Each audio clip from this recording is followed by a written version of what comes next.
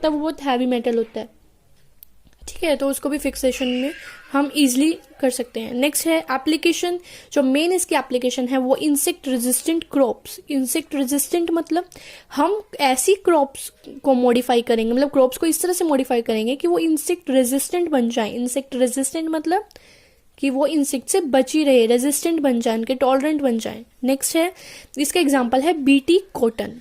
BT stands for bacillus and T means थ्योरेंजाइनेसिस।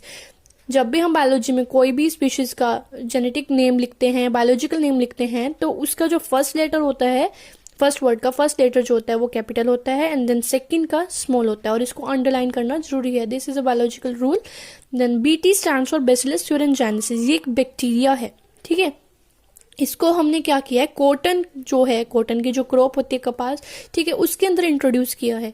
Bacillus thuringiensis produce a inactive protein. ये क्या करता है, bacillus थ्योरेंजाइनेसिस एक इनेक्टिव प्रोटीन को प्रोड्यूस करता है जिसको हम बोलते हैं इंसेक्टिसाइडल प्रोटीन। इसके नाम से ही पता चल रहा है, साइडल मीन्स क्या होता है, किल करना, ठीक है, और इंसेक्ट को किल करना हमें मेन तो इसीलिए चाहिए ना कि इंसेक्ट किल हो जाए और हमें इंसेक्टिसाइड की जरूरत ना पड़े, हमें स्प्रे करने की जरूरत ना पड़े, ठीक है। तो इस टॉक्सिन जो प्रोड्यूस होता है उसको हम बीटी टॉक्सिन भी बोलते हैं, ठीक है। बीटी टॉक्सिन को हम क्या करते हैं, बैक्टीरिया से हमें मिला ये, उसको हम प्लांट्स के अंदर एक्सप्रेस कर देते हैं और हमें इंसेक्टिसाइड्स की नीड ना पड़े, ठीक है। और ये एक तरीके से क्या बन जाता है, बायो पेस्टिसाइड। बायो मतलब लिविंग ऑर्गेनिज्म से बन रहा है ये। किससे बन रहा है, बैसिलस थ्योरेंजाइनेसिस से। नेक्स्ट आता है, अब हमने जो है BT cotton, BT rice, tomato, potato, soybean ये सब बनाए हुए हैं, ठीक है। लेकिन जो सबसे ज्यादा यूजफुल है ये बीटी कॉटन है, मतलब कि जो सबसे ज्यादा सक्सेसफुल हो पाया है। बीटी ब्रिंजल भी है जो सक्सेसफुल हो पाया है, बाकी सब पे एक्सपेरिमेंट चल रहा है। नेक्स्ट है मैकेनिज्म। मैकेनिज्म क्या है, बैसिलस थ्योरेंजाइनेसिस। ये किस तरह से वर्क करता है या फिर किस तरह से इंसेक्ट को किल करने में हेल्प करता है, ठीक है।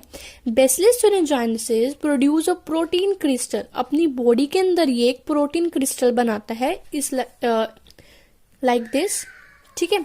During a particular phase of their growth, जब वो डेवलप हो रहा होता है तब वो ये प्रोटीन जो है, क्रिस्टल जो है वो रिलीज करता है। Their crystal contain a toxic insecticidal protein. इस क्रिस्टल के अंदर एक प्रोटीन होता है जो कि इंसेक्ट को किल करता है या किल करने की एबिलिटी होती है इसके अंदर, ठीक है। दिस बीटी टॉक्सिन, ये जो बीटी टॉक्सिन है या प्रोटीन है वो पहले कैसी फॉर्म में होता है, इनएक्टिव फॉर्म में होता है, ठीक है। और इसका नेम है क्राई प्रोटीन। क्राई प्रोटीन के नेम से भी आ जाता है ये। तो जैसे ही when ingested by an insect, मान लो कि हमने क्या किया है, ये जो बैसिलस थ्योरेंजाइनेसिस का क्या किया है, स्प्रे कर दिया या उसके जीन्स के अंदर, प्लांट्स के जीन्स के अंदर इंट्रोड्यूस कर दिया है, तो क्या होगा, जैसे ही इंसेक्ट कोई भी लीफ खाएगा, इंजेस्ट करेगा, मतलब उसके अंदर ये जो है बैसिलस थ्योरेंजाइनेसिस चला जाएगा, किसी भी प्लांट को फीड करेगा तब वो, ठीक है। Converted into active form. Bacteria के अंदर ये जो प्रोटीन था ये इनएक्टिव फॉर्म में था, इसलिए इसको हम बोल देते हैं प्रोटोटॉक्सिन। प्रो मीन्स ही होता है इनएक्टिव, ठीक है, प्रोटॉक्सिन। देन अब इंसेक्ट ने इसे इंजेस्ट कर दिया तो वो उसकी गट में जाके, मतलब इंटेस्टाइन वाले रीजन में जाके एक्टिव फॉर्म में हो जाएगा। क्यों होगा, क्योंकि जो उसका जो पीएच होता है इंटेस्टाइन का वो क्या होता है, पीएच 12, मतलब कैसा है, बेसिक है, नॉट एसिडिक, ठीक है। जिसकी वजह से क्या हो जाएगा, ये क्रिस्टल जो है वो सोल्यूबलाइज हो जाएगा, उसके अंदर डिसोल्व होना स्टार्ट हो जाएगा।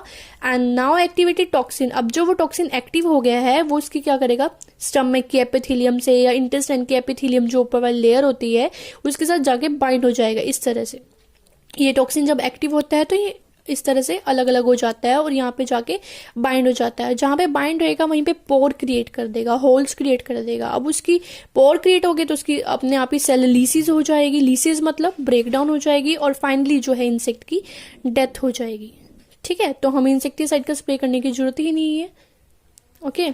अब the question arises from this कि अगर इंसेक्ट किल हो सकता है, अगर हमने प्लांट खाया है या हमने कोई लीफ खाई है उसकी, तो हमारी भी डेथ हो सकती है या नहीं हो सकती है। द आंसर इज कि नहीं हो सकती है, क्योंकि हमारा जो इंटेस्टाइन का पीएच होता है या स्टमक के अंदर हमें पता है कि क्या होता है, HCl होता है। HCl is a acidic solution.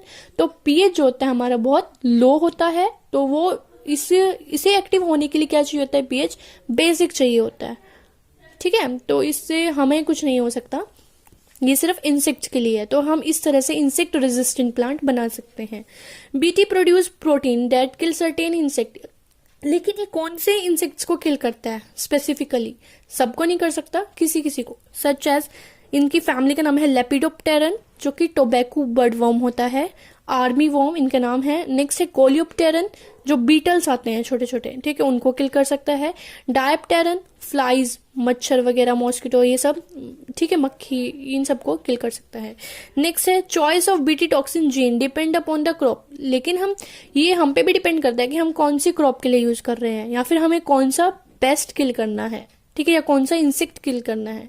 तो ये कैसा है, स्पेसिफिक है, सबके लिए यूज नहीं हो सकता, स्पेसिफिकली हम इसे यूज कर सकते हैं।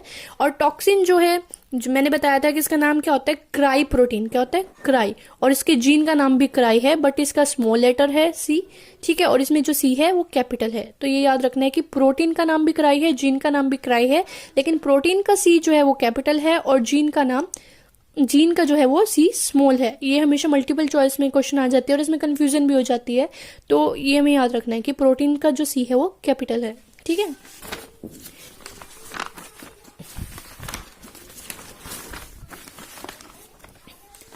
नेक्स्ट, ये भी मल्टीपल चॉइस से रिलेटेड है। Protein encoded by the genes, एक होता है cry 1AC and cry 2AB।